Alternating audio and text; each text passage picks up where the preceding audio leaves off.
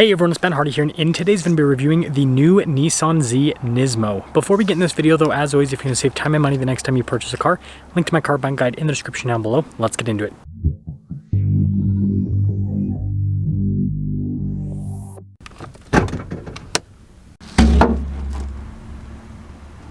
Powering this is a twin-turbo 3-liter V6 that goes through a 9-speed automatic transmission. Power outputs are 420 horsepower and then 384 pound-feet of torque. Now, before I move forward with this review, I do want to mention, if you want to see more videos just like this, then I recommend you subscribe because I post content every single day. So starting with the hood, it has a normal Z hood where you've got like that little Y shape with the body lines, and I really like this white metallic paint. It pops.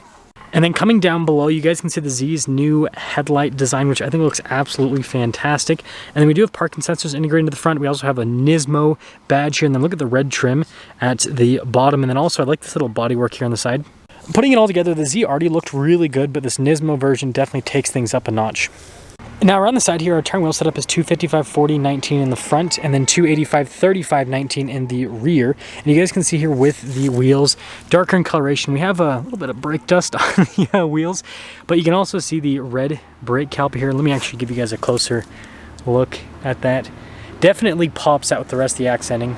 And then I think the little fender flare there is pretty cool. And then you guys can see with the red on the side mixed with the black. And then this one does have the two-tone design. And so here is our full side view with the Nismo. Again, with the extra bits of bodywork added on, it looks really sharp. Now this has Nissan's normal key fob, lock and unlock function, Nissan logo, pretty straightforward. Now popping the hatch is super easy. You press this button right here and then it'll pop the hatch, and then you just have to lift it up yourself. Storage space back here pretty similar to its biggest competitor, which is the Toyota Supra, and obviously hatch design just like the Supra as well. Also like the brace bar there in the back, that's pretty cool. When you're all done, just plop. And then we've got this body painted spoiler here on the back, and I like how it's like separated it right there so the hatch can open. And then we have the Z's retro style taillights, which is another cool design cue, and you can see the rest of the badges and everything back here. And then again with the Nismo colors here, and then there's also a Nismo logo. So putting it all together, I think this is the best looking sports car for under $100,000. I mean, you guys can argue with me on that point. I know the new Lotus Emira also looks cool, but just the retro design with this plus the Nismo, it's so cool. Now taking a look at the front door panel, soft touch here at the top, and then you guys can see we do have blind spot monitoring with the mirrors. And then I like the Alcantara here down below. I think that's pretty cool what they've done there. Got our window controls here, your mirror adjustments as well. And then we have these Recaro seats that are also part of the Nismo package. They're pretty comfortable. They are definitely tighter, so if you're like a big person, you might not fit in these seats. And then they are manually adjustable. And then you guys can see 2-pedal layout, because again, 9-speed automatic. That's the only transmission you can get right now with the Nismo. And then stability control button.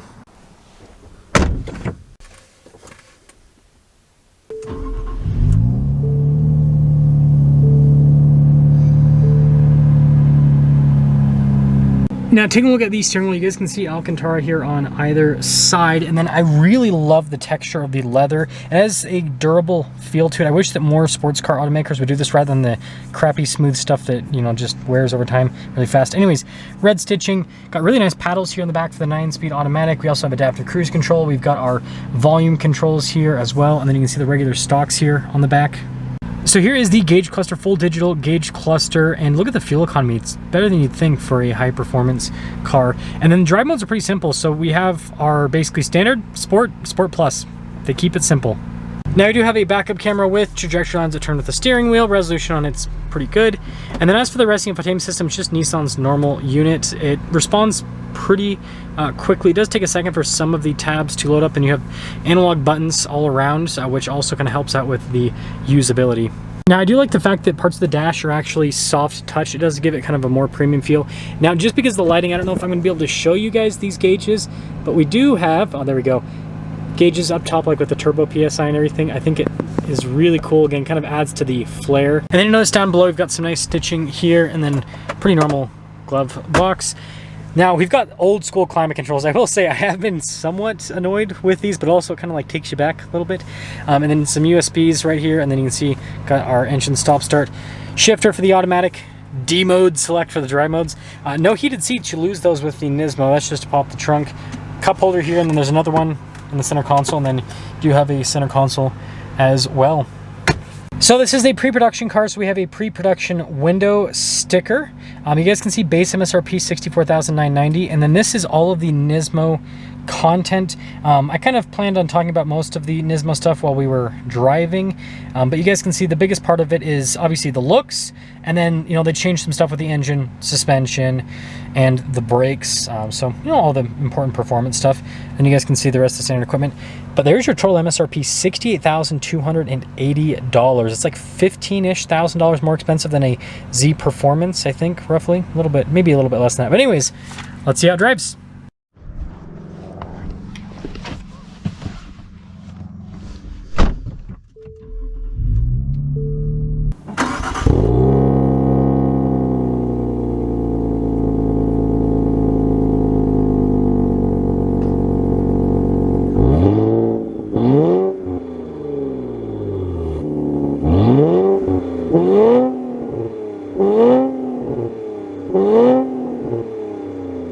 Let's talk about visibility before we set off in the Z. Here's your visibility over the hood, both the mirrors, which you can do a blind spot monitoring throughout the rest of the rear, and let's set off. Okay, so we are starting off in the Z, and this might be the last review of the year in this little canyon here because winter's coming early, so, or at least it seems that way. So this road will probably be closed pretty soon. What I will say is the Z suspension is kind of rough. It's not the worst thing on the planet, but definitely a bit on the rougher side of things. I'm taking it slow coming in just so I can kind of scan the road, because this road always gets worse every single time that I drive it. But what I will tell you about like the daily driver stuff of the Z while we're talking about this is it's not as good as the regular Z. The suspension is definitely harsher, so on the highway you kind of have the up and down motion a little bit, which is can be kind of jarring to an extent. See, good thing we went slow here. You got someone just like in the middle of the road. But yeah, aside from that, some other daily driver stuff, it's not like uncomfortable, but like the seats, you can definitely tell like this is more track focused. That's kind of the orientation of this, is it's supposed to be kind of more of a, you know, high performance track car. And when it comes to like passing power on the highway and everything, you can imagine that it's pretty dang good. It's yeah, it's tons and tons of torque, and it sounds really good. And you guys will, when we get on it a little bit more, you guys will be able to see that. But it's a really fun experience when it comes to the acceleration. And the transmission, by the way, is so much better than the transmission on the regular Z automatic. Like, look at this, instant with the gear shifts. So I think that they did a really good job with the transmission tuning here with the Nismo, and I hope that this bleeds into the regular Z automatic, because this makes this automatic, like, it makes it good. Because like I don't think the regular automatic, you might as well get the manual with the regular Z, because the regular automatic is just not good. Okay, so we're gonna wait to get a little bit further down the road. The Jeep that was in the middle of the road's gone now, so I know that part of the road is clear now, but I just kind of want to make sure before we, I guess, go a little bit of a quicker pace here in the Z Nismo. Yeah, definitely still like a bumpy ride. I love the little pops when you downshift.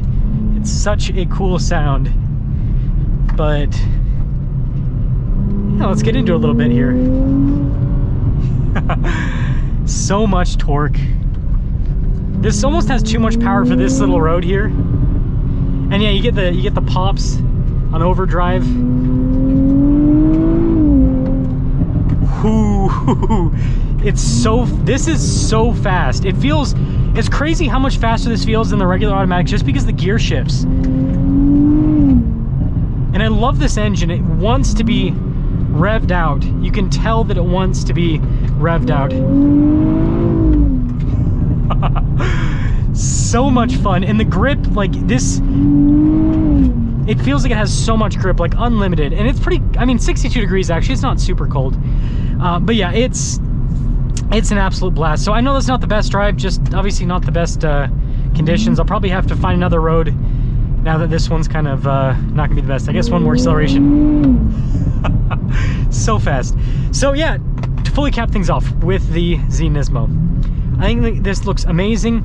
I love the performance. This is finally, give them the room, an automatic Z that like I think is worth it. It just, yeah, the transmission's just so quick, and I don't know why Nissan didn't just do this in the regular Z automatic. Obviously, yeah, they say it for the Nismo. The last thing that people might want to know is a couple things. So first off, does this need a manual? I don't think so, but I still think the Nissan should offer a manual because manual transmissions have become way more popular. They already have a manual developed for this, so hopefully they offer a manual at a later date. I think that would be a smart business decision. But this automatic's really good. Supra, here's the deal. I think that this compared to the automatic Supra, just as good transmission-wise in terms of the shifting and everything, so they nailed it there.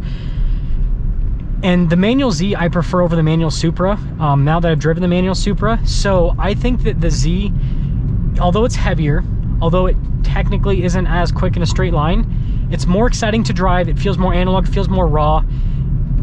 It's just a better car. If I were in the market for this type of, you know, sports car, I would pick this over the Supra at this point. Let me know your thoughts.